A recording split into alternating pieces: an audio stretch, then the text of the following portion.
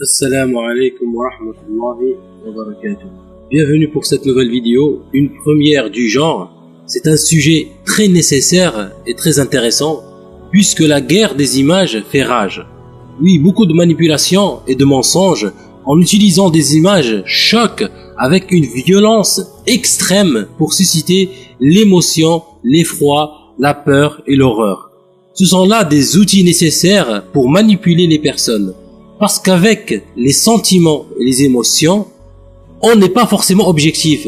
Même certains musulmans se font avoir par des images terribles qu'on attribue à l'islam ou à un groupe extrémiste. Et on demande aux musulmans bien sûr de condamner ça puisque c'est devenu la mode. Sans plus tarder, je vais donner quelques exemples concrets. Voilà la première image. Une image horrible, terrible, effroyable, foudroyante, tout ce que vous voulez employer comme mot pour décrire l'horreur. Cette image est utilisée par la fachosphère, les islamophobes, les sionistes et certains chrétiens ou certaines églises, et même certains musulmans manipulés. On va regarder certains sites qui utilisent cette photo. Voilà ici la photo, il y en a plusieurs, ici etc. J'ai sélectionné certains sites. Regardons. Alors, remarquez ici la date du 25 janvier 2012. Génocide des chrétiens au Nigeria. Plus de 160 morts, des centaines de blessés. Voilà l'image, elle est là. Génocide des chrétiens au Nigeria. Plus de 160 morts, des centaines de blessés. Des chrétiens brûlés vifs. Regardez, indifférence générale. Indifférence face à la souffrance, des chrétiens courageux vont prier aujourd'hui au Nigeria. Et ils disent ici, une église catholique cible des terroristes de Boko Haram au Nigeria. Les vagues attentats des terroristes islamistes du Boko Haram, etc., etc. Voilà. Quand vous voyez un article complet, et à la fin, bien sûr, une image qui fait peur, la loi islamique, la charia, avec une femme en niqab, etc., etc. Voilà un autre article. Regardez la date. Ici, il date de 2013. L'autre de 2012. Voilà. Tragédie au Niger. Des centaines de catholiques trouvés brûlés vifs par des musulmans. Incroyable, subhanallah. Holocauste Nigeria, État islamique maintenant. C'est plus Boko Haram. Ici, il dit, il est politiquement incorrect de montrer le sort que réservent les islamistes aux chrétiens qui refusent de se soumettre. Chrétiens brûlés vifs au Nigeria. Un holocauste monstrueux devant l'indifférence internationale. Dénonciation du père espagnol Juan Carlos Martos. Mais cette image, elle n'appartient pas du tout au Nigeria. Ce n'est pas du tout un massacre. Et cette image est arrivée au Congo en 2010, un accident, écoutez bien, un accident d'une citerne remplie d'essence qui a explosé.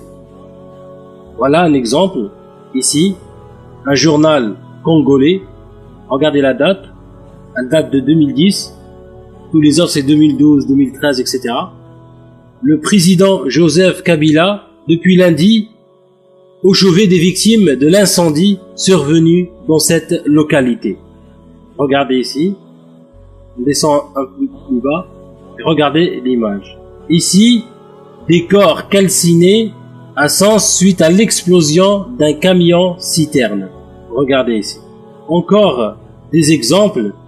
Ici, ils mettent par exemple, c'est devenu 500 Nigériens brutalisés par des musulmans. Voilà la surenchère concernant les chiffres. Et ici, ils dénoncent ce mensonge. Voilà, c'était au Congo, ce n'était pas au Nigeria. Encore un exemple, et cette fois-ci avec une vidéo. Écoutez bien. Le drame s'est produit hier dans la ville de Sangé, dans le sud Kivu. Un camion-citerne a pris feu, prenant au piège la population rassemblée pour regarder les matchs de la Coupe du Monde. Au moins 230 personnes sont mortes, dont de très nombreux enfants. Le bilan est encore provisoire. Jean-Luc Eguezier. Au lendemain du drame, les secouristes continuent à rassembler les corps calcinés. Le centre de la ville est dévasté, à proximité, le camion-citerne sur le flanc.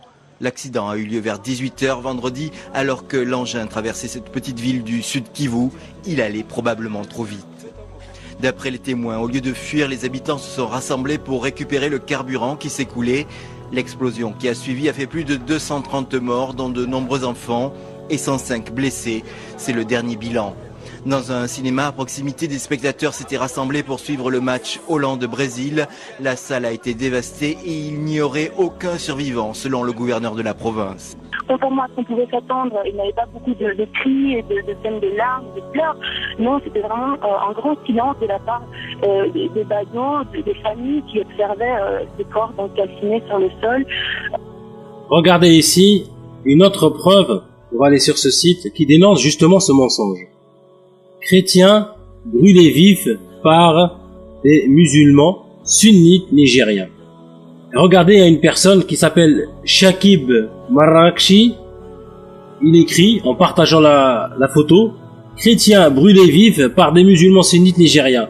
L'horreur, l'absurdité humaine. Tout le monde doit dénoncer cet acte odieux. Merci de partager, c'est un devoir. » Voilà. Le mec a colonisé dans l'âme, comme quoi, ce n'est pas moi, moi je dénonce cet acte, etc. Ce message qui circule sur le net est un hoax, c'est-à-dire un mensonge. Ces photos ont été prises après l'explosion d'un camion-citerne au Congo. Voilà, encore une fois, la fachosphère détourne encore des photos. Depuis quelques jours, circulent sur les réseaux de la fachosphère des images très violentes de corps calcinés. Alignés dans une cour avec cette légende, massacre des chrétiens au Nigeria, enfants et familles entières sont décimées, personne manifeste en Occident.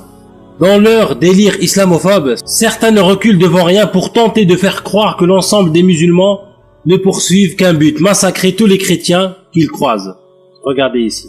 Et ils se disent citoyens du monde. Regardez, subhanallah.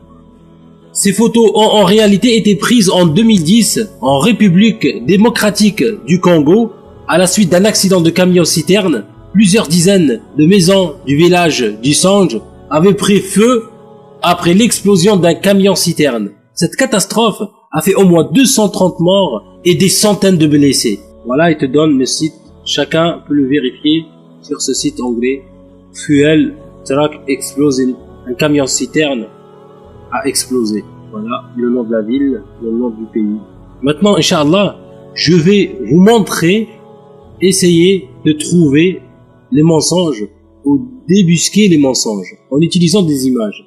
Vous avez ici Google, d'accord, regardez, Google, rien d'autre. Et ici, images, d'accord. On va aller prendre cette image et la glisser ici. Et voilà, vous pouvez trouver plusieurs images ou articles qui comportent cette image. Regardez les dates ici, 2012, etc. Cette image date de 2010. Il faut souvent aller plus loin, très très loin dans les recherches pour trouver le vrai article. Ça veut dire ici vous cherchez l'article le plus ancien que vous pouvez trouver, Inch'Allah. Voilà pour ça. Je vais donner un autre exemple, Inch'Allah. Voilà un autre exemple rapide. Regardez cette photo horrible d'une jeune femme défigurée par son mari musulman taliban. Voilà ce qu'on essaye de nous faire avaler. Regardez ici. La photo, elle circule très très bien. Regardez un autre article dans le journal Le Monde. Voilà, qui parle de cette photo. Et regardez quelqu'un qui a commenté les talibans, c'est dommage, etc. On accuse encore les talibans.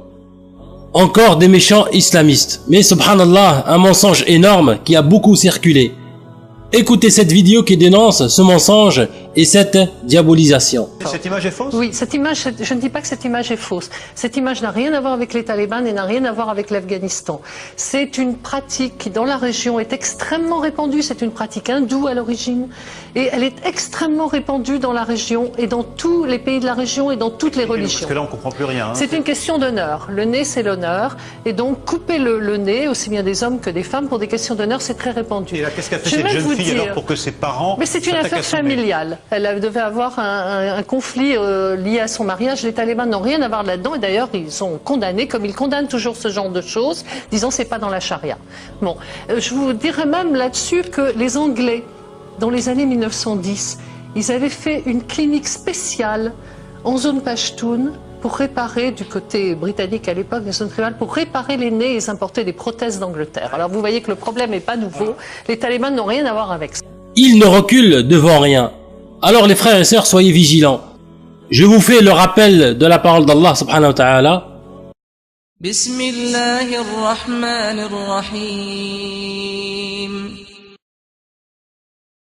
Ya ayyuhalladhina amanu in ja'akum fasiqun binaba'in فتبينوا أن تصيبوا قوما بجهالة فتصبحوا على ما فعلتم نادمين. Au nom d'Allah, le tout miséricordieux, le très miséricordieux. Ô vous qui avez cru, si un pervers vous apporte une nouvelle, voyez bien clair de craindre que par inadvertance vous ne portiez atteinte à des gens et que vous ne regrettiez par la suite ce que vous avez fait. Il ne faut pas se précipiter dans le jugement, mais faites vos propres recherches, parce que tout ce qu'on prononce sera noté contre nous. Barakallahu fikum pour l'écoute. J'espère que la vidéo vous est profitable. Bien sûr, les exemples ne manquent pas. À la prochaine fois, Inch'Allah. Alhamdulillah wa salatu wa salam ala rasulillah wa ala alihi wa sahbihi wa ala. Assalamu alaykum wa rahmatullahi wa barakatuhu.